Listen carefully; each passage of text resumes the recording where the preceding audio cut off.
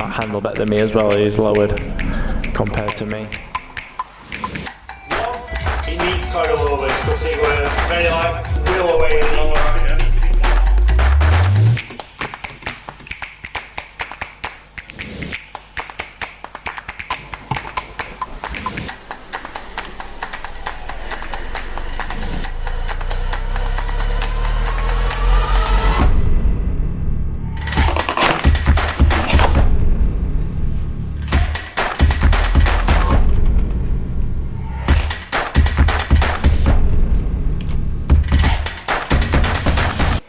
Finally done it, haven't we?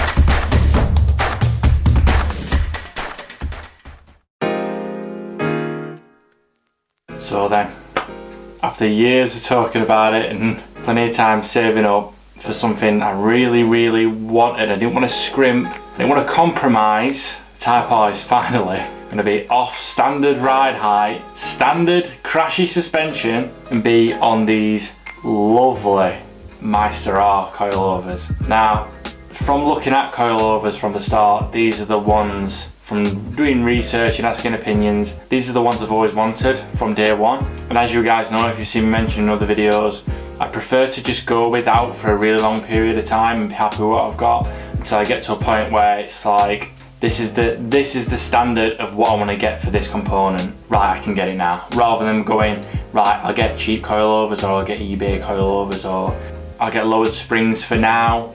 I don't like saying I'll do this for now, because then that's money that I could have put aside for something better.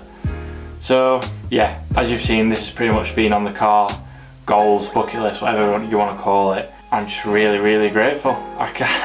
So before I go any further, let me just explain why these aren't on the car yet. As you'll have known from, if you watched my previous, not the last couple of videos, but a few more back, I mentioned that there's something big coming for the car, and this has been that. I have had them for a long time, but there's been multiple things that have put me off putting them on the car.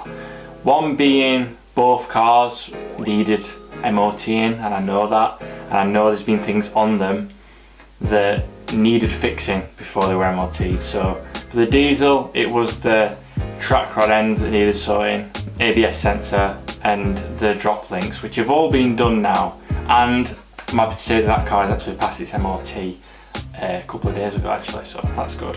So it's just the Type R that needs to go through now. The other thing wrong with that, the MOT wise, was one of the number plate lights were just failing constantly. It were a good LED and it's lasted ages. It's the same LEDs that was in the headlights, but for some reason it was just having a fit, so I've just put some standard ones back in. That'll be ready for its MOT, sorted. Plus that can go into the centre on standard suspension. I don't need to worry about it on like the braking test or anything like that, catching the nose on the floor or anything. The other point why I ain't done it is pretty much nerves, to be honest. If I'm going to do something and I know that it's something that's worthwhile doing, I get really scared of not doing it correctly, not having the right amount of knowledge. And as you know, if you've watched this channel for a while now, I enjoy learning hands-on and I enjoy giving things a try. But when it's something that's this precious to me and this much money that I've spent on it, really, I don't want to bugger it up. I want to do it right. Hence why, as well as talking you through what's come with this setup, I've also got some Meister R branded as well anti-rust coat, which is what I'm going to be putting on now, so that's done and dusted, ready for when these do go on. I'm doing it off the car simply because, yeah, I could put them on the car and then just spray around where it is, but I want to spray every component and make sure that it's all covered, all rust proof, because I want these to last a long time. So that's what we're going to do today. And you'll see there's components in here that I might not know what they're for yet. I might know what they are, but not know how to put them on. But I'll show you what comes with it, and I'll also explain why these specific ones I feel are the best choice for me personally. So I've pretty much just got one of everything out so that you can see what comes with it piece by piece. These specific ones are the Meister R Zeta CRDs. There is a higher spec one that they do, which is mainly track orientated, race car orientated pretty much, and they're a lot more expensive. These are more for road and track use, occasional. which were £879 I believe from Mysera themselves. Other ones that we're looking at were BC coilovers, yellow speed, tines, teens, whatever you want to call them. The tines didn't really have the adjustability I was looking for, even though they are at a good price. The yellow speeds I've seen on another FN2, and even though they are probably good performing coilovers, the rear sits really low and the wheels go into the arch even on the highest setting, which is not what I want to do, especially with I've got the mid resonator on the exhaust. And the BCs are meant to be amazing on track but still very, very stiff, especially for road usage. So the thing that swayed me towards these ones is you've got, if we're looking at the front one, front coilover, there's actually adjustability at the top. So you've got adjustable cambering on this top hat so that you can change the camber when you're doing the alignment.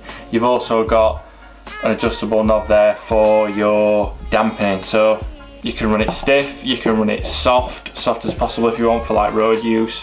Whatever you want to use it for, you pretty much can. My main goal with these as well is handling, not low as possible. So I will get maybe a little bit less, but as close as to standard ride height as possible, while still maintaining better handling than originally. That's my goal. Yeah, would I get better handling with it being a lot lower with the lower centre of gravity? Yes.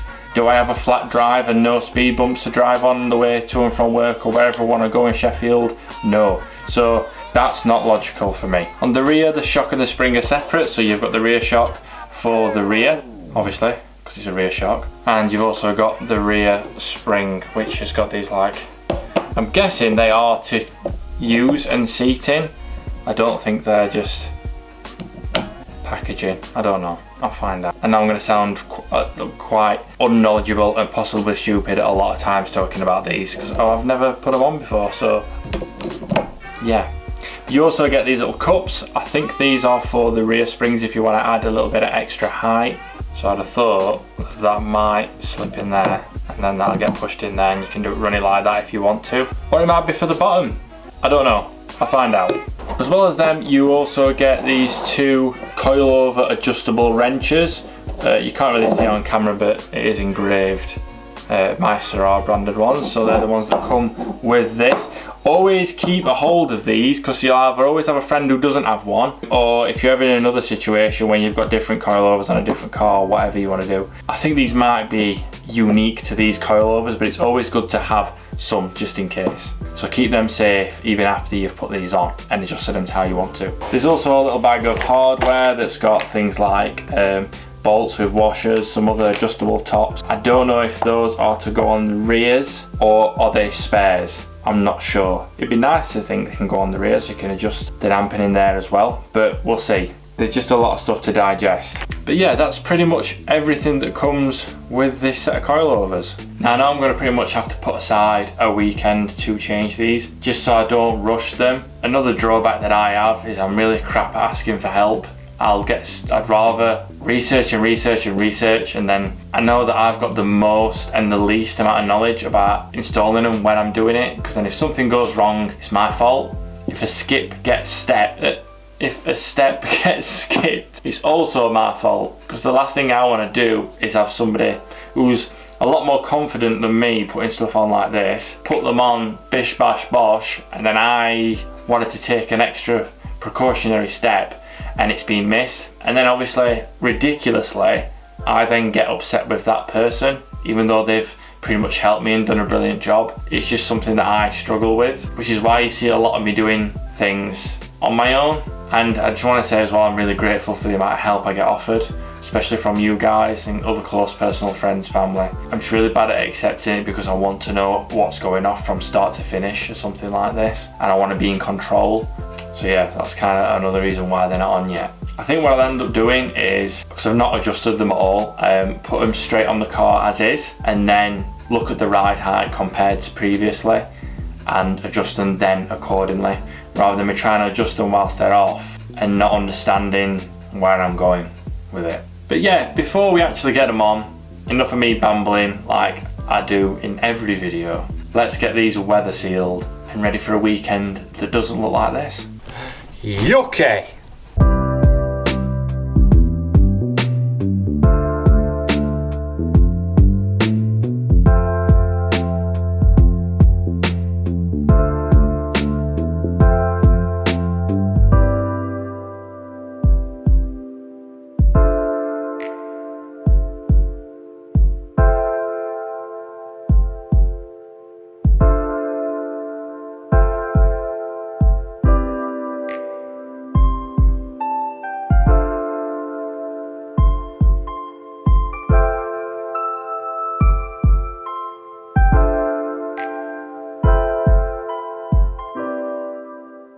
Okay, so that took a little bit longer and was a little bit messier than I expected it to be. One tip I will say, if you're ever doing this yourself, doesn't mention on the bottle about wiping it off. It just says spread it with a soft brush, but I left it for about an hour and it was still really greasy. So everything I put on, I left it on for a few minutes and then wiped it down, because it is going to go back in the box for now, unfortunately. One thing to mention, I have got some new drop links as well for the fronts, just because I'm going to have to be disconnecting the front ones on the Type R to put these on, so might as well put some fresh drop links in whilst we do that. And one of the things it recommends in the actual instruction booklet is to use white lithium grease, I think it is, for any metal on metal contact. So any parts that are going to be joining up, like where the tops are going to be going up against the bodywork, I'm going to be putting some of that on it as well, just to make sure that they don't seize together over a long period of time. But yeah, for now, let's stop worrying about that. Let's start being excited. Unfortunately, the winter months are coming in. I haven't been to any car shows or meets this year at all, with obviously the situation that's been going on. So I'm really looking forward to something that makes the car more enjoyable. Or do you think with winter coming, it's probably a bad idea chucking them on at the minute? With the rain and the snow and the salt on the roads? Or is it a case of, don't be silly, they're made for driving with, put them on so you can enjoy driving it? So either way, they're ready and raring. One thing I do want to mention for the end of this video, looking at these sat in front of me now, is one thing I want to say is that don't feel that targets or goals or like life ambitions have a time limit, because they don't really.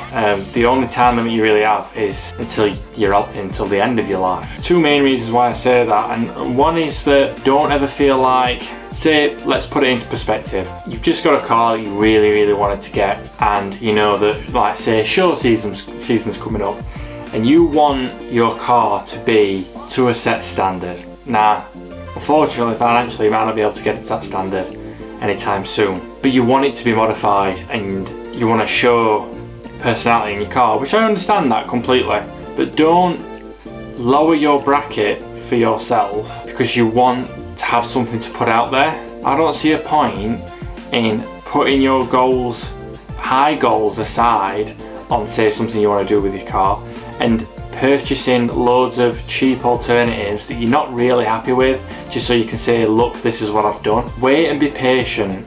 I'm a firm believer of you buy right, you buy once, and I've made them kind of mistakes in the past, but you don't need to prove yourself to anybody within a given time period at all. If you know something you want and you think, right, it's going to take me this long to get it, which is quite a long time, but that's what I want to do, wait and do it. Work hard, be patient. And yeah, I ain't got a mental race car, I ain't got multiple, I ain't got like my own, I ain't got like a ramp or anything. People that do have these things, especially the YouTubers, they've worked hard for it and they've been patient and they've done really well. And that attitude really does work. And this is I class this as it's a big boy part for me, this. So yeah, don't tap out early for other people's benefit at all. On the flip side, even if you're a bit older, or if you think, oh, this event's gone, or this opportunity's been missed, there's no point anymore. Of course there is. If it's going to make you happy, don't matter how late down the line you do it, or how late down the line you try something new, or you learn a new skill. If it makes you happy and you benefit from it, don't matter. I think the key thing that hinders all that kind of stuff is other people's opinion. Advice is brilliant. Spiteful critique, learning the difference between the two is really important, because people let spiteful comments either stop them from doing something they really would love to do, or makes them do it a different way that's nothing to do with them, just to please others. And it's sad to see that. It is sad. So I know it's a short video and I know I haven't really done anything, but that's just kind of a message I wanted to put across as well, because I never thought I'd own anything like this. If you're a proper original subscriber, you'll know I nearly had to get rid of the car full stop because I couldn't afford to insure it. And I took some useful advice from people and now it's leveling up. So thank you all so much for the support. I really appreciate it and I really enjoy making content that you actually enjoy and you find entertaining, and a lot of your guys want for me to do well and for the car to be done well, and wanting to see my enjoyment from it. I can tell it's genuine and I really appreciate it so much. Anyway, enough of me talking. I'm going to end this here. Please like and subscribe to the channel if you do enjoy any of the videos that I have done or want to look forward to the things that I'm going to do in future. Click the little bell button so it reminds you when a fresh video does come on. And until next time guys, like I always say, enjoy the rest of your day. Bye. Ow!